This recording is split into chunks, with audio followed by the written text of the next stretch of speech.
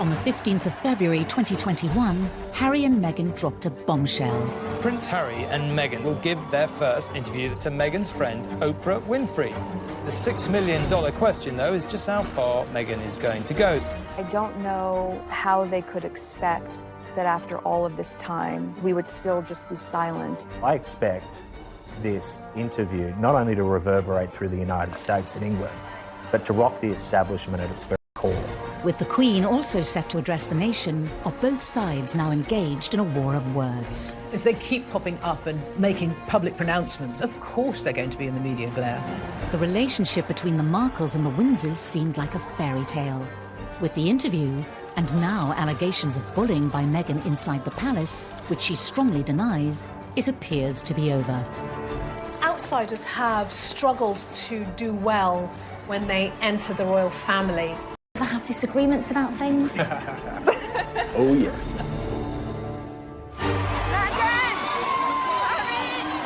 Tonight, the inside story of when Hollywood glamour and ambition took on the establishment. Meghan wanted to have a celebrity boyfriend, and she definitely got that with Prince Harry. Forget the red carpets in Hollywood.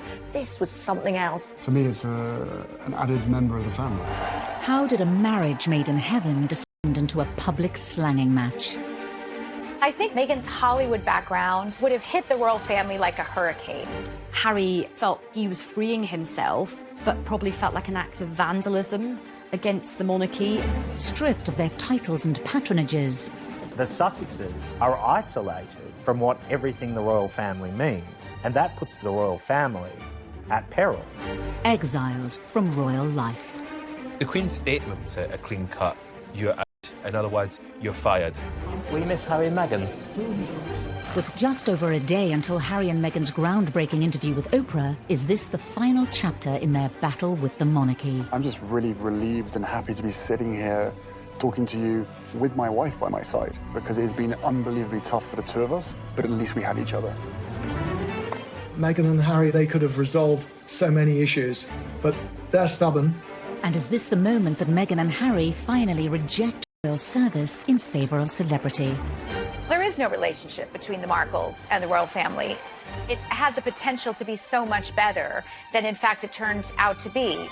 I did not have any understanding of just what it would be like.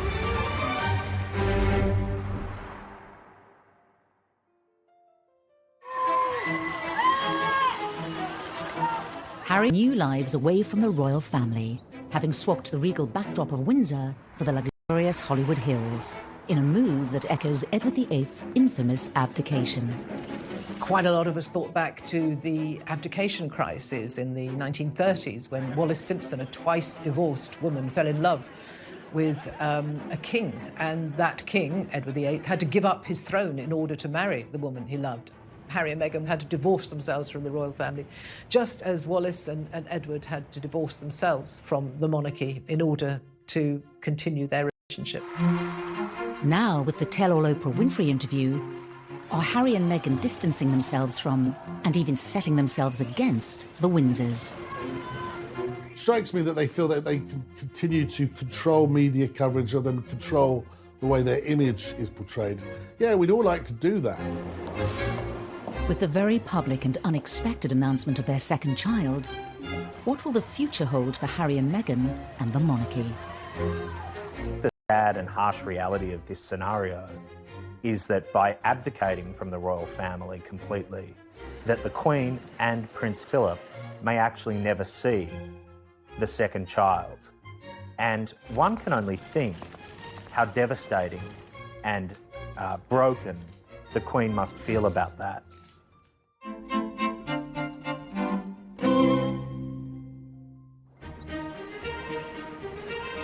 In December 2017, Meghan Markle made history as she became the first royal fiancée to spend Christmas with the Queen.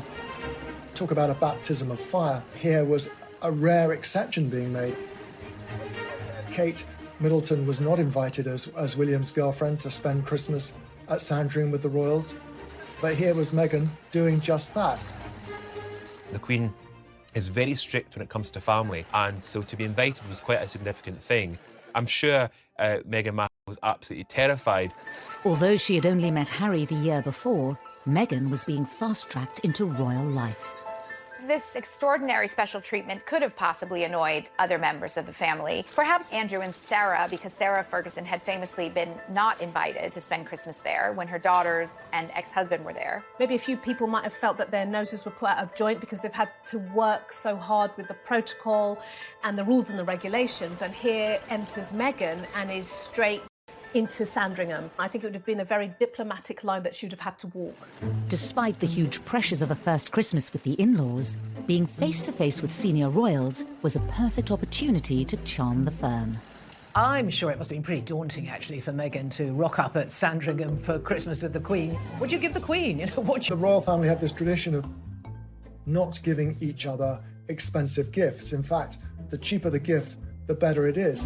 Harry once gave his grandmother, a pair of rubber gloves for doing the dishes. I mean, really quite bizarre presents. Meghan would have found that as extraordinary as a certain Diana Spencer did at her first Christmas by buying lavish gifts for her in-laws. She never made that mistake again. Meghan played a blinder on that first Christmas. She got a toy, a singing hamster for the Queen, and apparently she loved it, and so did the corgis. Despite winning over the Queen, Meghan's first royal Christmas wasn't completely free from controversy.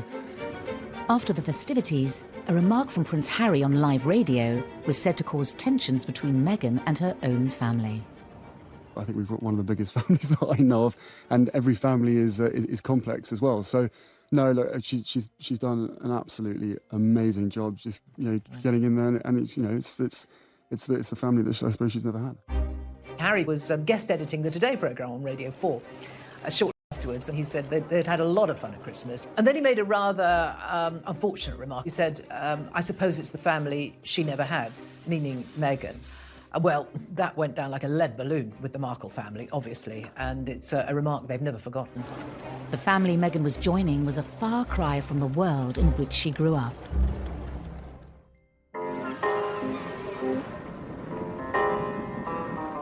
It was against the golden backdrop of Hollywood that Meghan's parents, Doria Ragland and Thomas Markle, first met. Thomas went into the entertainment industry and became a lighting director. And it was when he was doing that job on the show General Hospital, a big show, that he met Doria, who was training at that time as a makeup artist. She was 12 years younger than him, but they fell in love and got married, and Meghan came along a couple of years later. Thomas had been married before, and he had 2 children, much older than Meghan, from his first marriage. Thomas Jr. and Samantha, her 2 half-siblings, they weren't close to her. She was not close to them. Despite her parents divorcing when she was young, Meghan enjoyed a supportive upbringing with both Doria and Thomas, evident in intimate home videos that have been shared online. Go ahead. Daddy's cooking. It's pretty. That's our goal. See and hear her energy, and it all feels like these are the positive highlights of somebody's childhood growing up.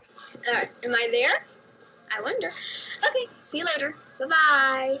Where is the little button? Okay. Alice also gives an insight into the early and possibly fractured relationship with her father. We're about 4 minutes from my dad's house. From my dad's house, you can see the Hollywood sign, but we aren't going to go there because my dad and I aren't on the best of terms. She says, we're not going there because my dad and I aren't getting along at the moment. This also gives a hint at a real relationship, and it might show the reality of some of their relationship, that perhaps it wasn't always great. Despite potential frictions, Thomas continued to be a strong presence in Meghan's life as she immersed herself in Hollywood. She hung around the studios where her father was the lighting director. It must have been really exciting, and she certainly got the bug. Her first big break came with Suits, when she got the plum role of Rachel that everybody fell in love with. Rachel's character was very sexy, she was savvy, she was ambitious. It's actually not dissimilar to Meghan Markle herself. Whilst Meghan was being thrust into the limelight, Prince Harry, a young officer in the British Army, was trying to escape it. And what do you think the public perception of Harry is? I don't know, it fluctuates. It depends on what the media want to write, I suppose. But they're two very different things, what the public think and what the media think. The British public have always had a huge amount of affection for Prince Harry, but certainly the press have had quite a love-hate relationship with him. He was seen as a bit directionless. He was seen as a bit of a party boy. He liked having a good time. Despite being labelled a party prince, as he entered his 30s, Harry proved that he still had an important role to play within his family. He created some wonderful initiatives, the Invictus Games, which was really his baby. He also worked on Heads Together, you know, taking away some of the stigma surrounding mental health and mental health issues, being very open and honest about his own struggles, which was incredibly brave. And Harry was, at that time, arguably the most popular royal. In 2016, Meghan touched down in London. The last thing she would have expected was a blind date with the fifth in line to the throne. It's a lot easier if you have a boyfriend that understands the press and understands fame. And she definitely got that with Prince Harry. You couldn't be a more famous man in all the world than Prince Harry.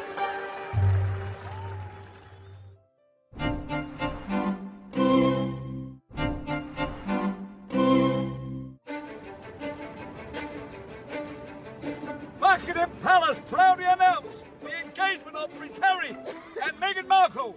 God save the Queen!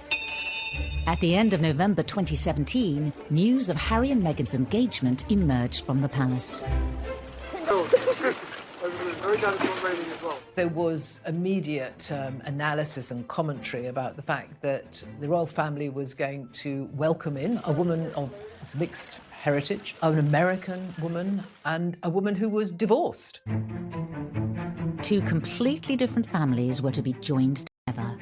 But behind the scenes, tensions had already emerged.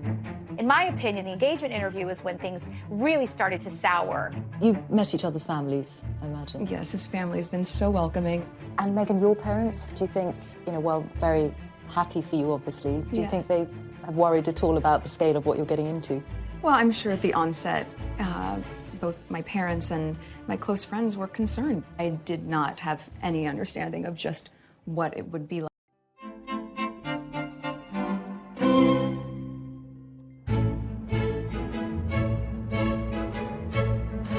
The year before their engagement announcement, Meghan had landed in the UK to promote her latest season of Suits. Lizzie Cundy spent time with Meghan as she settled into London life. Meghan and Harry were set up on a blind date by a mutual friend. They immediately clicked. Harry actually said it was like love at first sight. She was so open, and he thought she was so sweet. And they just got on like a house on fire. Oh, yay! Thank you for watching. Hi there. Hi, Meghan. I'm Gerard. Hi, Gerard. Very few people knew the couple were dating, but Meghan let her mother Doria in on the secret. Any young man wants to make a very good impression, and I don't think Harry was any different. So when they met in LA in a rather luxurious mansion, he was a bag of nerves, apparently. She rather less so. She said that the meeting was a little bit surreal. I suppose it would be. Hey, Mum, here's a prince. But it went very well, and Harry has become extremely fond of Doria. She's been a close part of their lives pretty much ever since. But Harry and Meghan didn't meet with her father, Thomas. This is one of the great what-ifs of the whole saga. Why didn't Harry go to Mexico to meet him? Why didn't Meghan take him? Why didn't Harry insist before it all blew up? I mean, the whole thing was so avoidable, and I think Harry does have to take some responsibility for that. Thomas was simply not part of these early meetings. She seemed, as she got closer and closer to Harry and a royal life, to be less and less inclined to rekindle her relationship with the Markle side of her family. For a few months, Harry and Meghan were able to keep their relationship from the outside world. But eventually, their secret got out. There weren't many that knew, only a very few friends. Then suddenly it got leaked to the press that Harry had a new girlfriend. If you haven't read any of that coverage, she's Meghan Markle. About it. And Harry knew more than anyone things were going to change. Whilst Harry was used to intense media pressure, nothing could prepare Meghan and her family for the attention that followed. After the relationship became public, there was a huge amount of interest in Meghan. Some of it was extremely negative. There were things like that that I think put a really bad taste in Harry and Meghan's mouth in terms of the underlying and even blatant racism. With the glare of the world's media now upon both the Markles and the monarchy, questions were quickly asked as to how the relationship had reached the press. When in a relationship or dating with a member of the royal family from the palace, it's not an easy thing to keep secret. Prince Harry's got his close protection and they're very discreet, but at the same time there's other people who quite enjoy, can I say, a gossip. In the case of the leak about Meghan and Harry's relationship, which Harry was said to be incandescent and furious about, was rumored to have come from someone in Prince Andrew's camp. I have no idea if that's the case, but what I can say is that there are so many leaks in the family. There were rumors about Harry's new girl, and he was madly in love, and those got out, and I don't think Harry was quite prepared for all of that when it happened. The wave of intense media attention led Harry to take a public stand against the press. An explosive public statement from Harry was the first indication that the press were now on notice. He requested the media pause and reflect before any further damage is done. The one thing the royals are meant to do is make sure that everyone is on the same page. And the fact is that the Prince of Wales was abroad on an official tour. Charles himself was only given a matter of moments to scan his son's statement. And there was a feeling that Harry had been thoughtless and that he should have consulted his father, he should have consulted his brother more, and there could have been a more measured response. With Harry and Meghan's relationship now public, the media interest was out of their control. But Meghan would need to put all that to one side as she focused on important meetings behind palace walls. Meeting your in-laws is always a bit of an ordeal, isn't it? And meeting your in-laws when one is going to be a future king, meeting Prince Charles, must have been quite tough for Meghan. A bit daunting. But she is a strong woman. She probably marched in there and just got on famously because she's a woman with lots of opinions, lots of views, and a confident woman. And those are the kind of attributes that Charles likes. Charles famously adored Meghan. That first meeting went extraordinarily well. She was welcomed as a daughter, even more so than Kate Middleton was at the very beginning. As well as charming Prince Charles, Meghan also had a very successful first meeting with the Queen. Which is an extraordinary thing for the way the Queen keeps her schedule. Meghan was warmly welcomed. You know, here she is, articulate, bright, intelligent, well-spoken, beautiful, elegant. What's not to like? Despite charming Harry's family, did Meghan soon start to resent aspects of royal protocol? The Markle way, it seemed, was not the Windsor way. Meghan's first real reality check with how royal protocol works was when she was wearing a necklace with H&M on it and then told to remove it by senior courtiers because it might encourage the press. To be told what to do must have been quite a shock. Anyone would kind of think, hang on, wait a minute, someone telling me what to wear and which jewellery to wear? Excuse me. Was it an early sign Meghan wasn't prepared to toe the royal line? She likes to have the freedom to do what she wants and when she wants. She wouldn't want to be told, you know, what to wear at any occasion.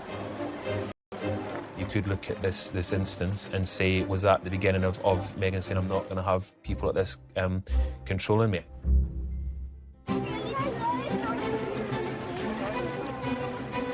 Despite a whirlwind introduction to royal life, Meghan stood firm. And as the final preparations for the royal wedding were put in place, Meghan's mother Doria was introduced to the establishment's key players. She was given VIP treatment. I suppose perhaps it was her first taste of being associated with royalty, you know, being whisked through security at Heathrow Airport. She was taken first to Clarence House to meet Charles and Camilla, and I think that went very well indeed.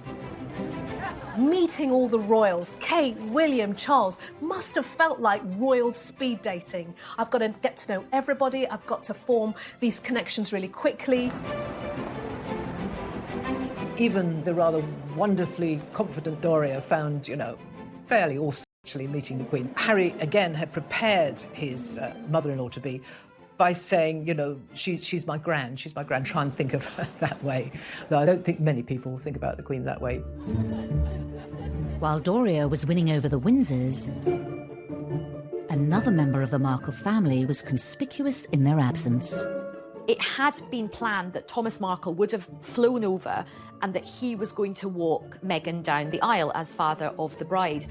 However, it came to light that Thomas Markle had worked with a paparazzi photographer to stage photographs of him ahead of the wedding. He was living in Mexico, surrounded by paparazzi. He tried to set up this deal with a photographer in the belief that they would then go away. Well, I'm afraid that just shows his naivety. A family that he'd let down his beloved daughter, who he used to call Princess. What we've since learned, according to members of the family, is that there was zero support from Buckingham Palace or Harry and Meghan in order to support Thomas. The stress of dealing with the press and the build-up to the big day took its toll on Thomas. Just days before the wedding, he had a heart attack and had to go to hospital. He had to have stents put in. By the time he emerged, he said that he was not able to fly because of these procedures, and he pulled out of the wedding. And this was a huge drama on the eve of a wedding. I mean, it's stressful enough marrying into the royal family, but to do it with all this scrutiny and this media frenzy and this scandal around your family, you know, the stress must have been unbearable.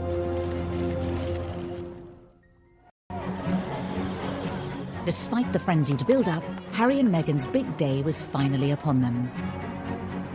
But with her father unable to give her away, Meghan was left with a huge dilemma. In finding a solution, she broke with tradition, leaning on Harry's father, Prince Charles. I thought it was the perfect embodiment, actually, of the modern woman, that she started out on her own, walked halfway down on her own, and then Charles joined her. It looked right. It sort of gave us an idea of what Meghan was going to be like. A sort of declaration of independence, if you like, on her part. I don't need anyone to give me away. I'm a free person. Was Meghan's independence also evident from the wedding's exclusive A-list guests? We saw Idris Elba and George Clooney and Oprah, you know, walking in. There was this kind of like, whoa, whoa, whoa. I didn't know Meghan knew all these people. It was a star-spotting day, and she looked great. The bride looked fantastic. It was a wonderful day. I think everyone just thoroughly enjoyed it, and you just felt a sense of true welcome of this young bride into the royal fold. To the eyes of the world, Harry and Meghan's wedding had the flavour of a fairy tale. Meghan wanted it to be right. She wanted it to be perfect, but she wanted it to be done her way, not the royal way, or how the other royals had done it. Forget the red carpets in Hollywood. This was something else. But even as the signatures on the wedding licence were still drying, the Markles' wider family were beginning to make themselves heard. Everything seemed so, I don't know, magical, hunky-dory after the wedding. Then it all got a bit soured, a bit tarnished by Meghan's family. Come to an abrupt end. She was an adult, she had her own ideas, and she was going to do it her way. In the past, when royals marry royals, the organisations, the firms all work together to make sure there's no issues, where they can't have that control when you're marrying it into, can I say, normal families.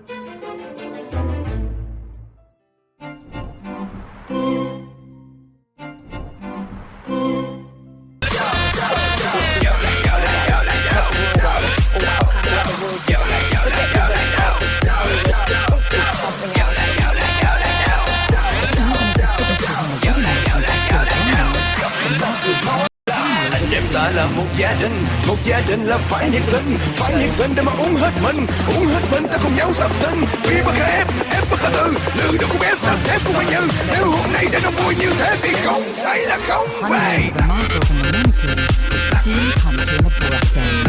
She was an adult, she had her own ideas, and she was going to do it her way. Royal marry royals, the organisations, the firms all work together. Không say là không về. Have that control.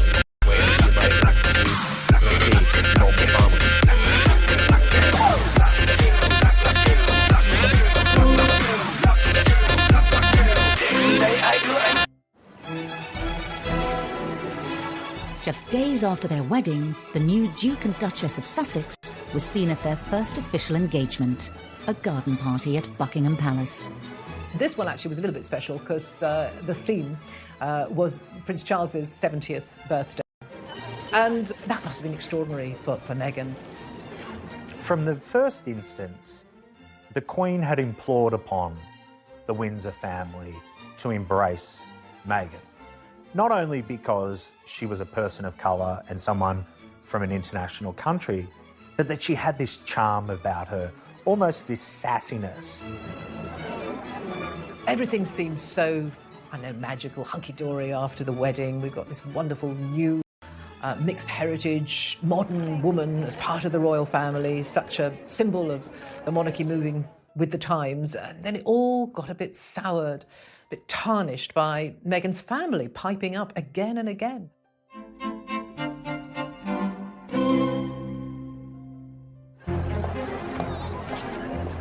It's so good to have a role model or someone to look up to, but oftentimes when it's someone who looks like you or comes from where you come from, it's easier to connect and see it in a different way. Meghan was used to cameras and publicity, but really nothing can prepare someone for entering the most famous family in the world. And I think even she admits she was taken aback by it. As Meghan was... Extraordinary that Meghan's dad did like a press tour in the days after the wedding, putting forward his side of things. It can't have been very easy for Meghan to watch her dad on television, publicly displaying her side of the story or her version of events. Well, I'm very disappointed by it. Millions watched as he gave an interview to Good Morning Britain, saying he hadn't heard from his daughter since before the wedding. I'm not sure why it's happening, and I'm waiting. I'm reaching out. I've been trying to reach out for several weeks. Every day I try to text her. It demonstrated that here was a man who was going to, shoot from the lip, if you like, and he wasn't afraid to say what he wanted. I love you very much. You're my daughter, and I'd really like to hear from you. Whatever differences or problems we had, that we should be able to work them out. We're family.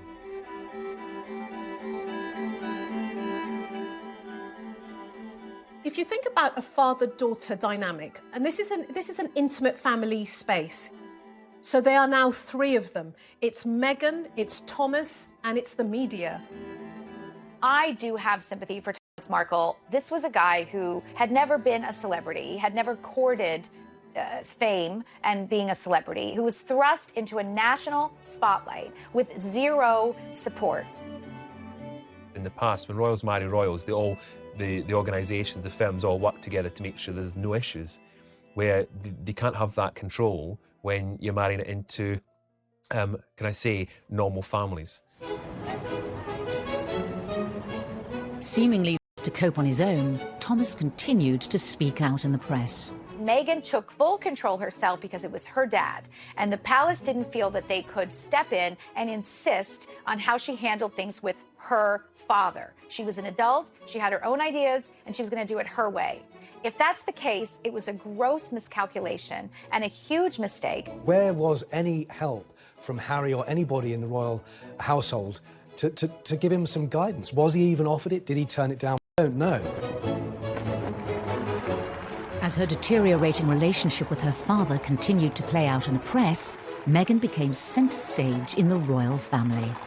Once you're in the family firm, you are put to work, and I covered their first big tour in the autumn, which was Australia, New Zealand, Fiji and Tonga. It was relentless, but, they were the most famous couple in the world, and the world wanted to see them. I think for Meghan, it might have been a bit of a shock because these tours are quite full on. The long days, the long hours, lots to do. British royalty and how to do things. Then a surprise announcement by the couple wrong-footed the royal press pack, signalling that from now on they were determined to do things their way. The palace press officials were there going through the itinerary, and at the end of that, the British royal correspondents called into a corner and we were told, oh, and by the way, she's pregnant. It's like, what? It was massive news and strange timing, but I think Harry and Meghan made that announcement because who knows, in those early stages of pregnancy, she might have suddenly felt that that tour was going to be a bit hardcore and she'd need time off. As Meghan and Harry prepared to start a family of their own, wider members of the Markle family began selling stories to the tabloid press. Meghan's half-siblings, Thomas Jr. and Samantha, just seemed incapable of keeping quiet at this point. They, every other week, it seemed, they came out with some more very cruel criticism of their half-sister.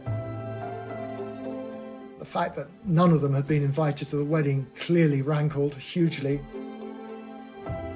You know, Meghan's answer to that was that they played very little part in her life. In a remarkable interview for ITV, Samantha criticised her stepsister.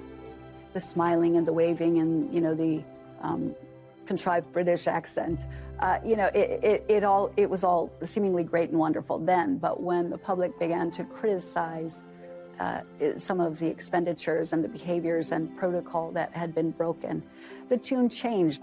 The Queen and members of her family must have been very disappointed, is probably the word, that Meghan's family had chosen to speak out in the way they did. What are the chicken eggs? So was Meghan's key ally in the Windsor camp also now under pressure?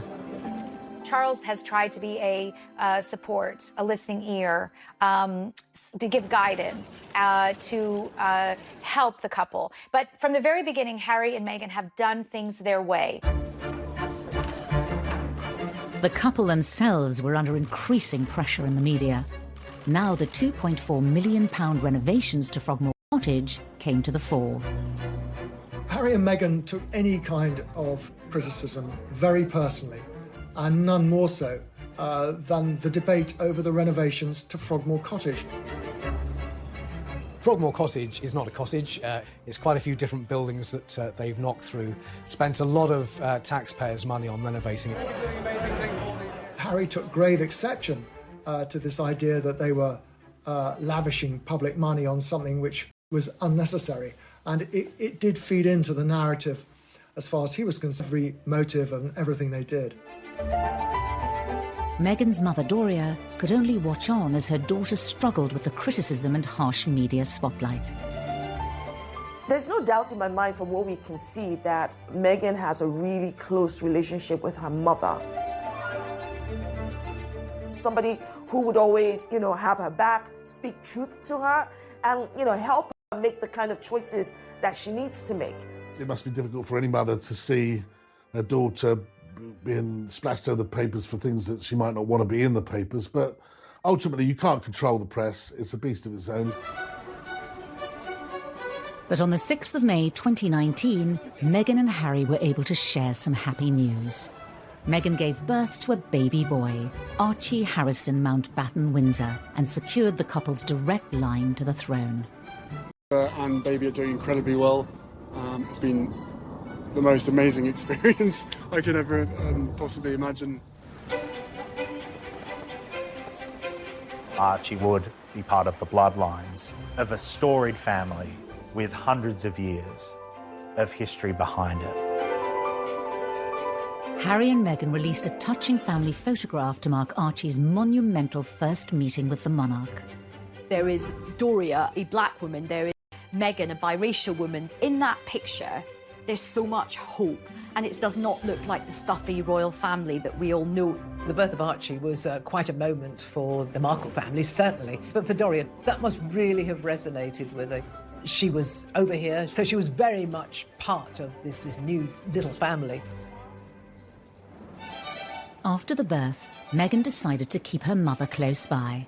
Doria stayed on with Meghan and Harry at Frogmore Cottage, and the royals began to visit the new arrival.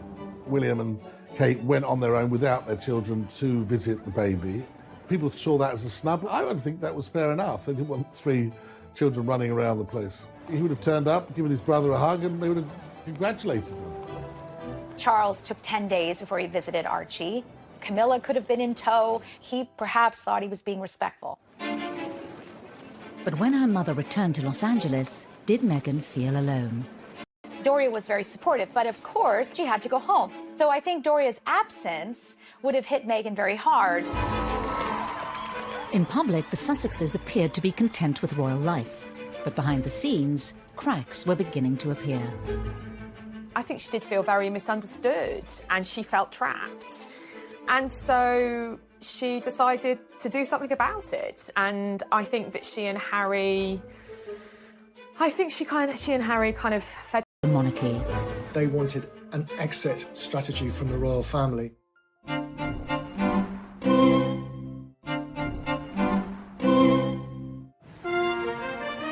With the birth of Archie in May 2019, Meghan and Harry seem to have cemented their place at the very heart of the royal family. Despite ongoing battles between Meghan, her family and the press, for now, their popularity with the public remained undimmed. I think the Queen had high hopes for them being, great brand ambassadors for the royal family. Harry and Meghan made it clear they wanted to be different kind of royals. They wanted to engage more. They clearly wanted to have close links with young people. I think the Queen seized on that with alacrity. Harry and Meghan were enormously popular, and I think everyone thought this was the cementing of the future of the monarchy. There was going to be these two young couples, William and Catherine, Harry and Meghan, taking it forward.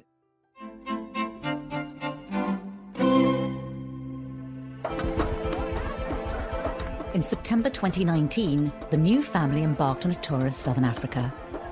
On the surface, they seemed happier than ever. You have given us so much inspiration, so much hope, and above all, you have given us joy. Thank you. But in reality, they felt under pressure. In a revealing interview for an ITV documentary, Meghan dropped a bombshell. Yeah, well, I guess, and also thank you for asking, because not many people have asked if I'm okay. But it's a very real thing to be going through behind the scenes. Remember, at this point, she's had an absolute beating from the press on a sort of daily basis. She had this horrible fallout with her father. She's also a new mother as well, and you can just see the sort of weight on her shoulders. Her mother would have been heartbroken that her daughter was experiencing all of this.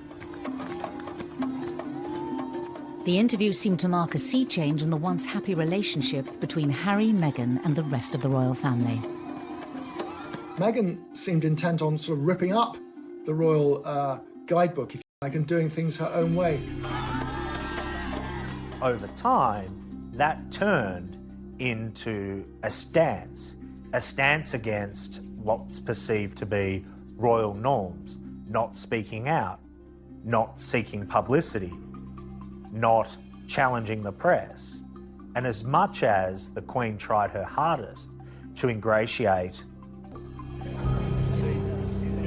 One of the rules of being a member of the royal family is you never complain about anything. So I think that they would have been furious. And the sad thing is, I think, she was just being honest about how she felt, but that interview probably made things about 100 times worse in terms of already frosty relations. For William, Charles, the Queen, duty and public service and loyalty to the institution always comes first. Being selfless is the creed by which the Queen, Charles and William live by. Harry then opened up on the relationship with his brother William. He revealed his true feelings to journalist Tom Bradby. Inevitably, stuff happens, but look, we're brothers. We'll always be brothers. We're certainly on different paths at the moment, but I will always be there for him, and as I know, he'll always be there for me. Harry's revelation further fueled the rumours there had been a breakdown in relations between the two couples. Was it now Harry and Meghan versus the monarchy? I think it stemmed from William giving what he believed to be good brotherly advice to Harry. Make sure about your feelings about this girl. And from what we gather, it was those words, this girl particularly, that riled Harry. We, the media, went a bit to town on that fab but that wasn't to be. It's really sad because when I was working for them, Prince William and Prince Harry, they were close. For the Queen and Prince Charles, this fallout would have been disappointing. Harry and Meghan were now fighting battles on multiple fronts.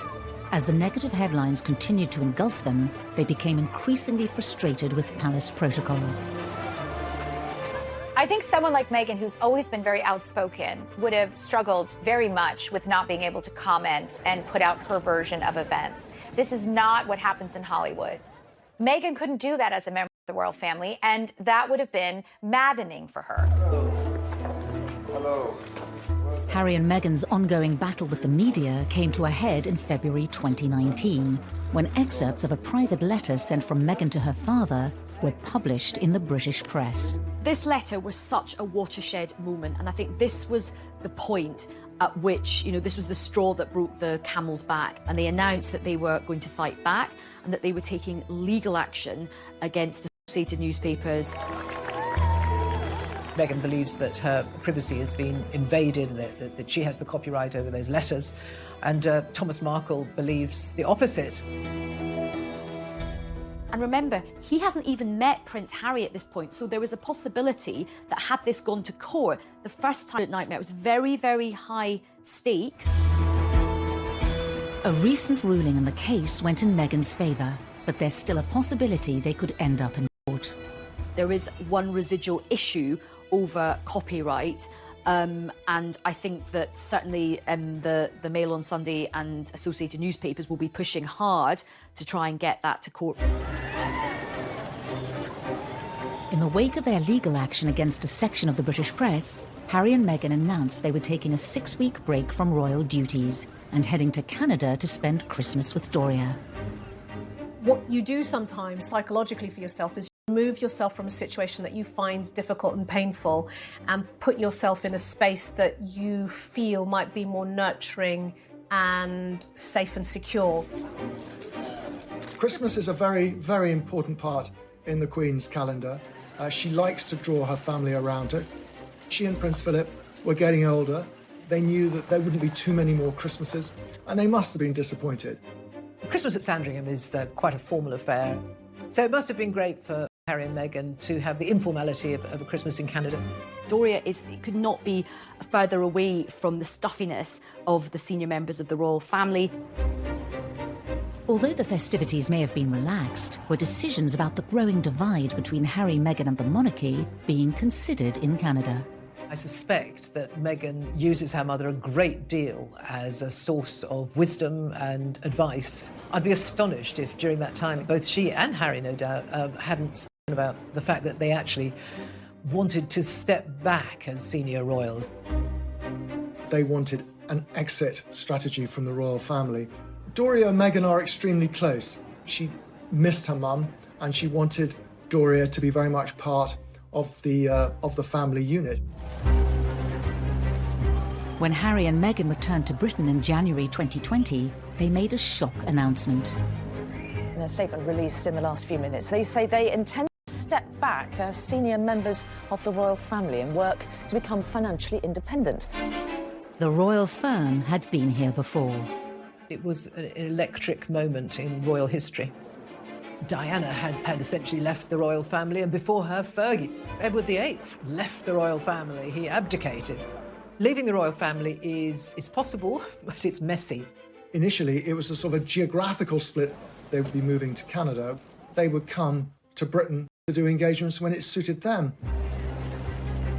The tabloids dubbed their decision as Megxit, and it sent shockwaves through the royal family. I actually spoke to some colleagues from the royal household, and we were all in absolute disbelief that this is himself. But for his father and brother and grandmother, it probably felt like an act of vandalism against the monarchy. They would have been both furious, but equally heartbroken as well.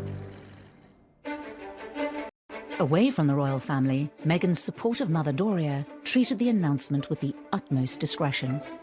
I think Doria has acted in the most regal way in all of this, because the royal way is to don't complain and don't explain. And that's exactly what Doria did. However, the wider members of the Markle family again talked to the press. Thomas Markle saying, oh, she dumped her own family, now she's going to dump the royal family. They suggested that this was always Meghan's intention from the off. And Samantha was an arch critic of everything she does. She thinks her sister's a phony. She thinks she's insincere. In the Windsor household, the Queen called an emergency meeting at Sandringham. Prince William was centre stage. It was an extraordinarily awkward family meeting, and there were reports that William was actually less inclined to negotiate. Sure, it must have been quite tricky. It's the first time the two brothers had been together in the same room for quite some time. The Queen, and certainly Prince William's view, was that the royal family doesn't work like that. As an institution, you've got to be around for the whole gig. You can't just pick and choose. The Queen issued a statement that outlined a transition period to allow Harry and Meghan to step back from their roles as senior members of the royal family.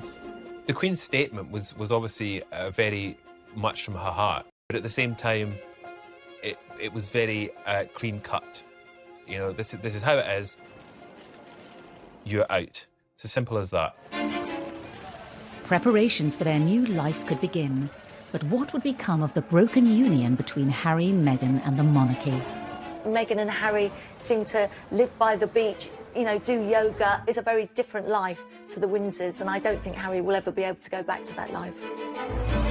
And how would life stateside affect the dynamic between the two families?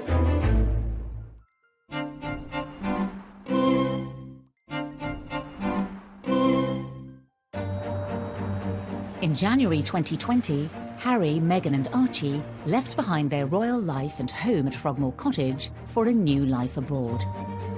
For Prince Harry, it was a big decision because he's leaving his friends, his family. He felt he had to get his family out of Britain. He felt so angry and hurt about the press and about the institution of the monarchy.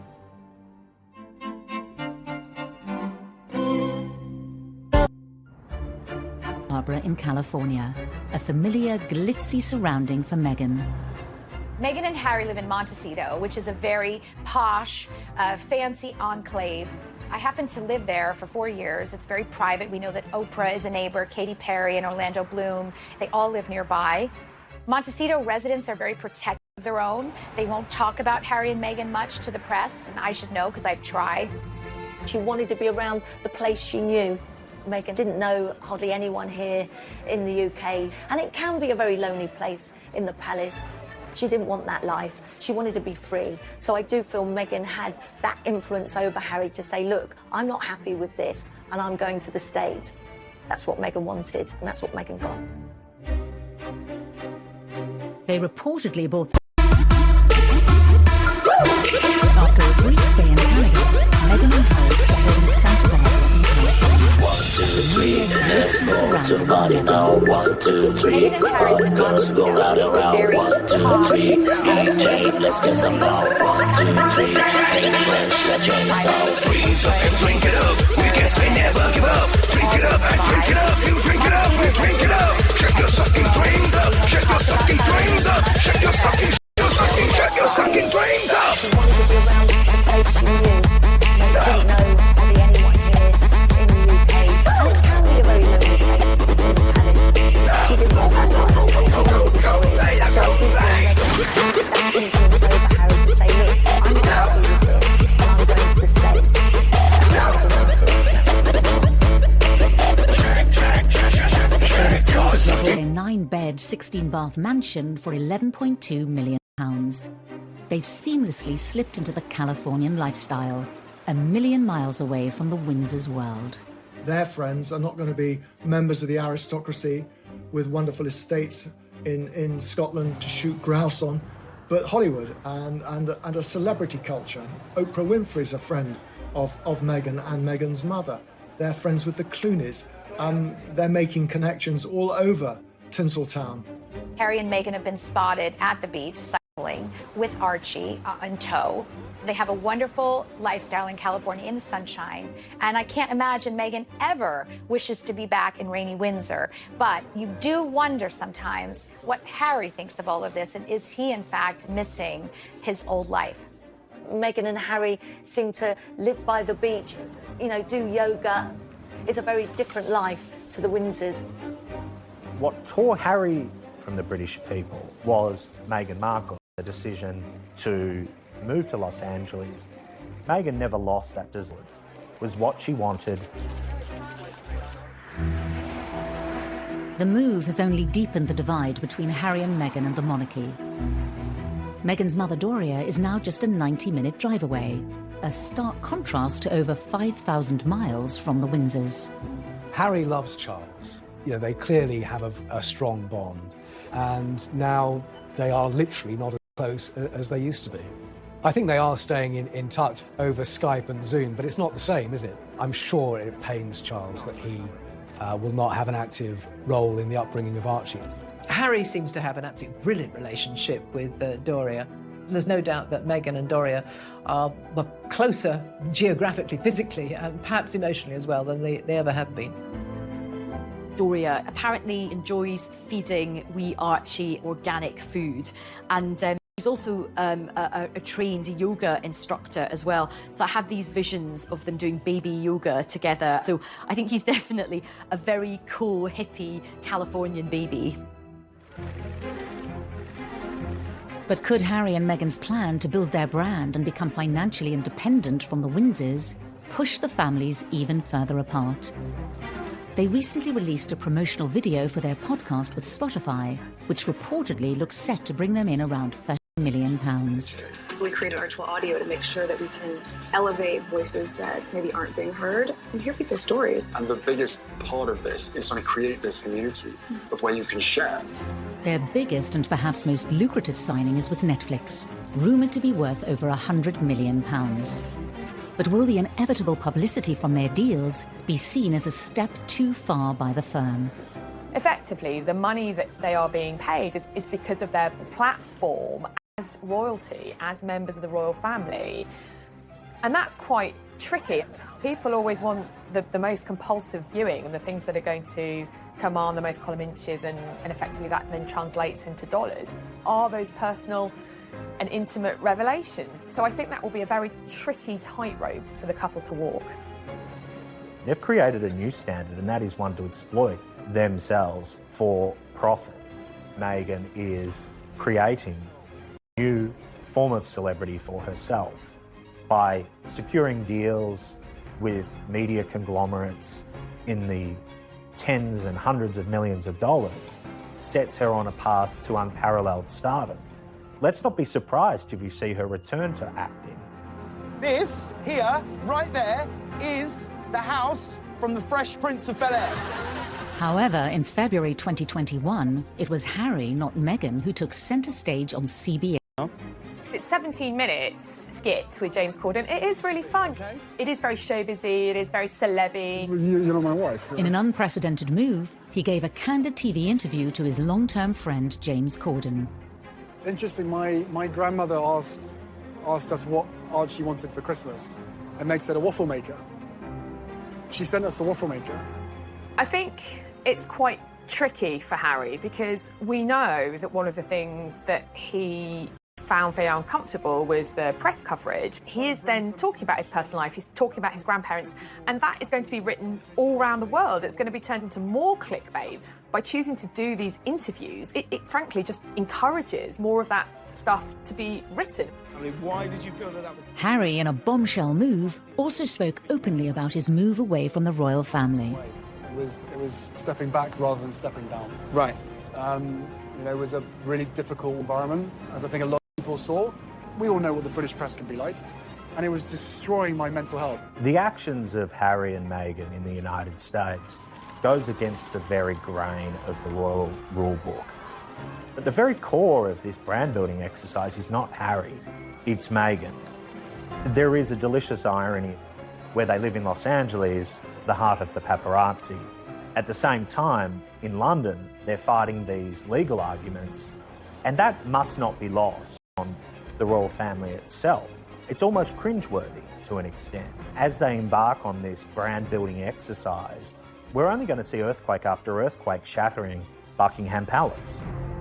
They know what makes money, they know what makes people tick, particularly Meghan Markle does. I mean, let's hope they don't get like the Kardashians, that's my only worry.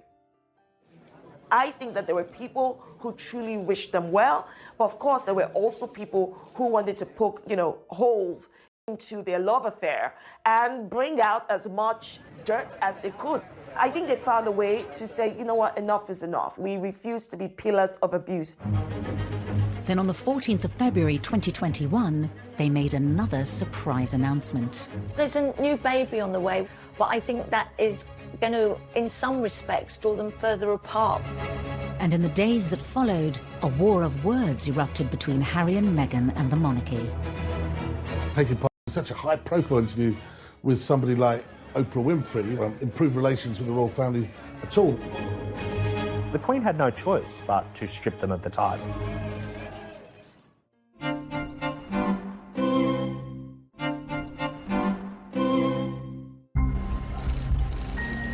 On Valentine's Day 2021, Meghan and Harry announced their second pregnancy to the world. New baby on the way, which is amazing news.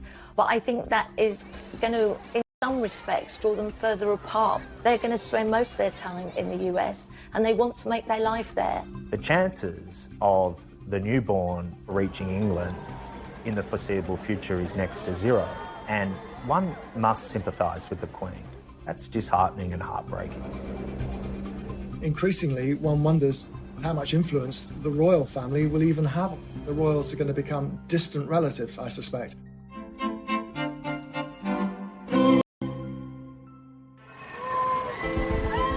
A year on from the bombshell announcement that Harry and Meghan would be moving away from the royal family, they made it clear they would be staying in California.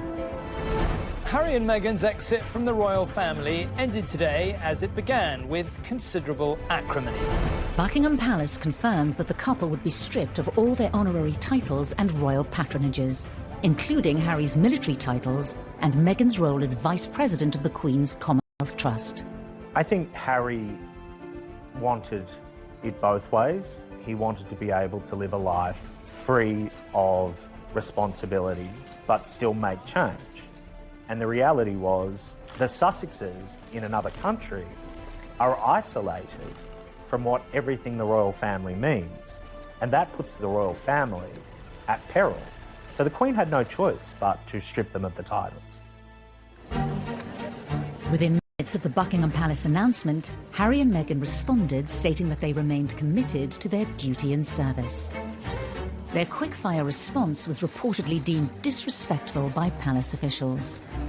I think Charles and William, and certainly the courtiers of the palace, felt that Meghan and Harry's pushback was disrespectful. It was petulant, it was resentful, and as one said to me, you don't disrespect your granny. Just days earlier, Harry and Meghan had shot an intimate tell-all television interview with their friend and broadcast legend, Oprah Winfrey. Then in the days building up to the broadcast, newspapers claimed that Meghan now faced a serious bullying complaint against her whilst at Kensington Palace. Her spokesperson said that she was saddened by the reports. Relations appeared to have finally hit rock bottom. The $6 million question, though, is just how far Meghan is going to go. The full truth, as she sees it, would be highly explosive, but it would certainly burn all bridges with the institution she has left behind. Whilst the news reportedly came as a surprise to the royal family, excerpts from the groundbreaking interview were later teased in the media. I'm just really relieved and happy to be sitting here talking to you with my wife by my side, because it has been unbelievably tough for the two of us, but at least we had each other.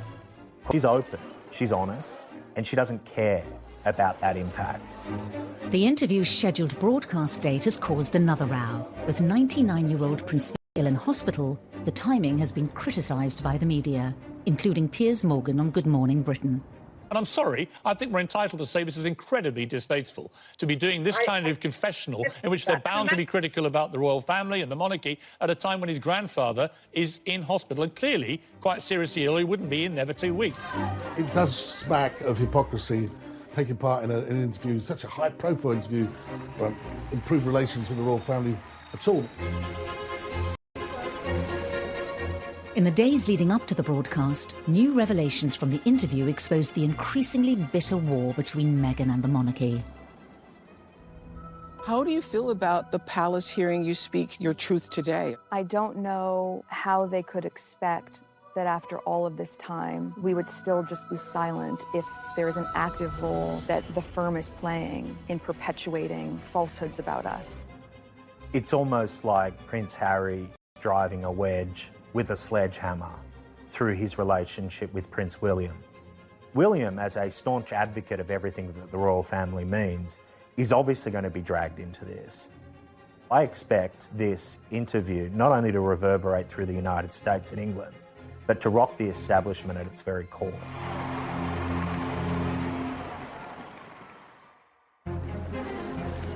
Could Harry and Meghan's fallout with the monarchy leave its mark for decades to come? It's like a war. I don't believe Harry would be outside the royal family except for marrying Meghan Markle. They've lost a critical component of what the royal family represented. The British people had an affinity with Harry. Now, to divorce himself from that family really is an abandonment of what he was born into. What began as a breath of fresh air cascaded into a series of family conflicts, controversies and trouble for Harry and Meghan and the monarchy.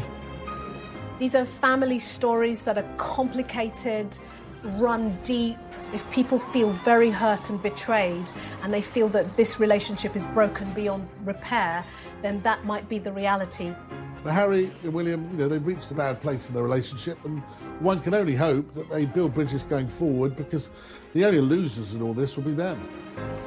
Meghan and Harry could have resolved so many issues, but they're stubborn, and it's very hard to see how there can be any long-term relationship with Meghan and the Markles going forward. I think that in the initial stage, there was a fairy tale about this. I think it's a real lost opportunity for the royal family that they couldn't make it work, that Meghan couldn't become an integral part of the future of the monarchy. The monarchy could be seen to be so much more inclusive, modern, moving with the times, evolving. I think it is extremely sad. She was ready to do what it takes to be, to be a wife for Harry, and to be a member of the royal family that the country can be proud of. But I personally don't think that wanting to be a member of the family should cost you your independence or independent thoughts. Meghan's Hollywood background, Meghan's expectations as a celebrity would have hit the royal family like a hurricane. And now, look where we are. It had the potential to be so much better than, in fact, it turned out to be.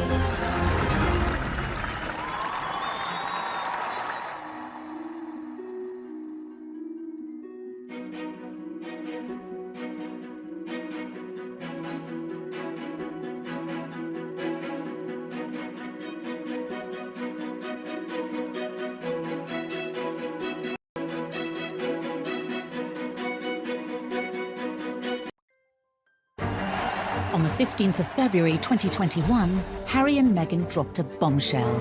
Prince Harry and Meghan will give their first interview to Meghan's friend Oprah Winfrey. The $6 million question, though, is just how far Meghan is going to go.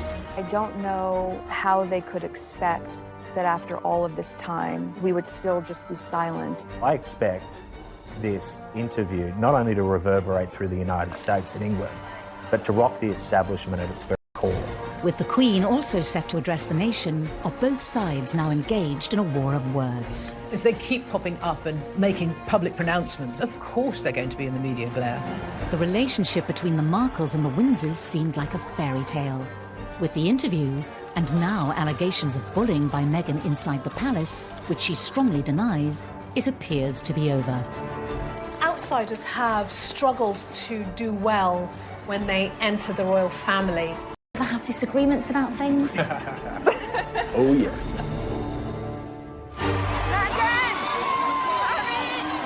Tonight, the inside story of when Hollywood glamour and ambition took on the establishment. Meghan wanted to have a celebrity boyfriend, and she definitely got that with Prince Harry. Forget the red carpets in Hollywood. This was something else. For me, it's an added member of the family. How did a marriage made in heaven descend into a public slanging match? I think Meghan's Hollywood background would have hit the royal family like a hurricane. Harry felt he was freeing himself, but probably felt like an act of vandalism against the monarchy. Stripped of their titles and patronages. The Sussexes are isolated from what everything the royal family means, and that puts the royal family at peril. Exiled from royal life. The Queen's statement's a clean cut. You're out. In other words, you're fired. We miss Harry and Meghan. With just over a day until Harry and Meghan's groundbreaking interview with Oprah, is this the final chapter in their battle with the monarchy? I'm just really relieved and happy to be sitting here talking to you with my wife by my side, because it's been unbelievably tough for the two of us, but at least we had each other. Meghan and Harry, they could have resolved so many issues, but they're stubborn. And is this the moment that Meghan and Harry finally reject royal service in favour of celebrity? There is no relationship between the Markles and the royal family. It had the potential to be so much better than, in fact, it turned out to be. I did not have any understanding of just what it would be like.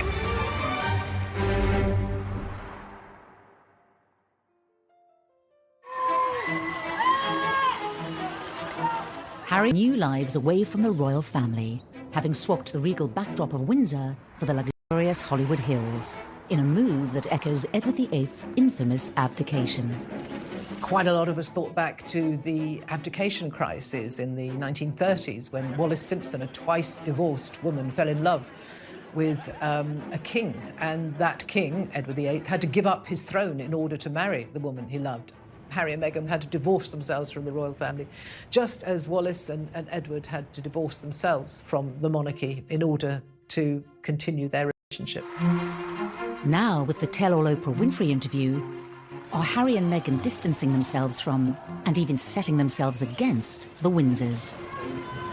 It strikes me that they feel that they can continue to control media coverage of them, control the way their image is portrayed. Yeah, we'd all like to do that. With the very public and unexpected announcement of their second child, what will the future hold for Harry and Meghan and the monarchy?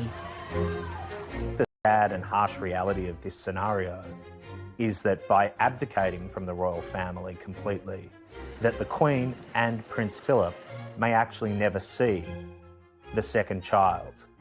And one can only think how devastating and broken the Queen must feel about that.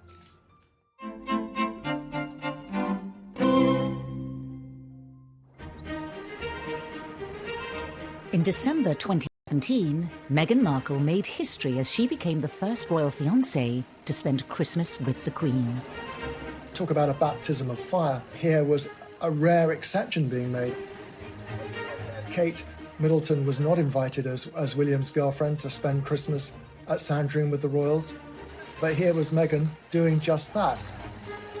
The Queen is very strict when it comes to family, and so to be invited was quite a significant thing. I'm sure Meghan Markle was absolutely terrified. Although she had only met Harry the year before, Meghan was being fast-tracked into royal life.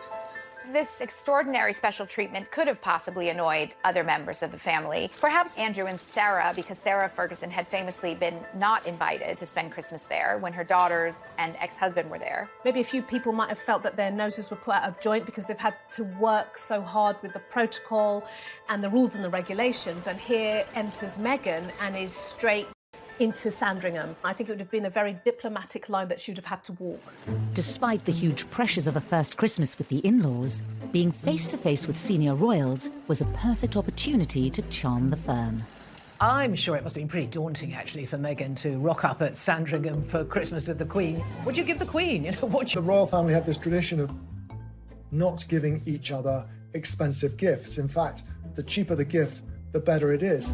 Harry once gave his grandmother, a pair of rubber gloves for doing the dishes. I mean, really quite bizarre presents. Meghan would have found that as extraordinary as a certain Diana Spencer did at her first Christmas by buying lavish gifts for her in-laws. She never made that mistake again. Meghan played a blinder on that first Christmas. She got a toy, a singing hamster for the Queen, and apparently she loved it, and so did the corgis. Despite winning over the Queen, Meghan's first royal Christmas wasn't completely free from controversy. After the festivities, a remark from Prince Harry on live radio was said to cause tensions between Meghan and her own family. I think we've got one of the biggest families that I know of, and every family is complex as well. So, no, look, she's done an absolutely amazing job, just getting in there, and it's it's the family that I suppose she's never had. Harry was guest editing the Today programme on Radio 4 shortly afterwards, and he said they'd had a lot of fun at Christmas. And then he made a rather unfortunate remark. He said, I suppose it's the family she never had, meaning Meghan. Well, that went down like a lead balloon with the Markle family, obviously, and it's a remark they've never forgotten. The family Meghan was joining was a far cry from the world in which she grew up.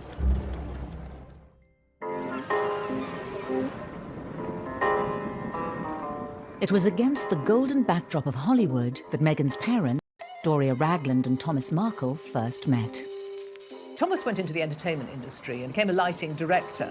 And it was when he was doing that job on the show General Hospital, a big show, that he met Doria, who was training at that time as a makeup artist. She was 12 years younger than him, but they fell in love and got married, and Meghan came along a couple of years later. Thomas had been married before, and he had 2 children, much older than Meghan, from his first marriage. Thomas Jr. and Samantha, her 2 half-siblings, they weren't close to her. She was not close to them. Despite her parents divorcing when she was young, Meghan enjoyed a supportive upbringing with both Doria and Thomas, evident in intimate home videos that have been shared online. Go ahead. Daddy's kitchen. It's for dinner. That's our goal. Yes, it is. See and hear her energy, and it all feels like these are the positive highlights of somebody's childhood growing up. All right, am I there? I wonder. Okay, see you later. Bye-bye. Where is the little button? Okay. This also gives an insight into the early and possibly fractured relationship with her father. We're about 4 minutes from my dad's house. From my dad's house, you can see the Hollywood sign, but we aren't going to go there because my dad and I aren't on the best of terms.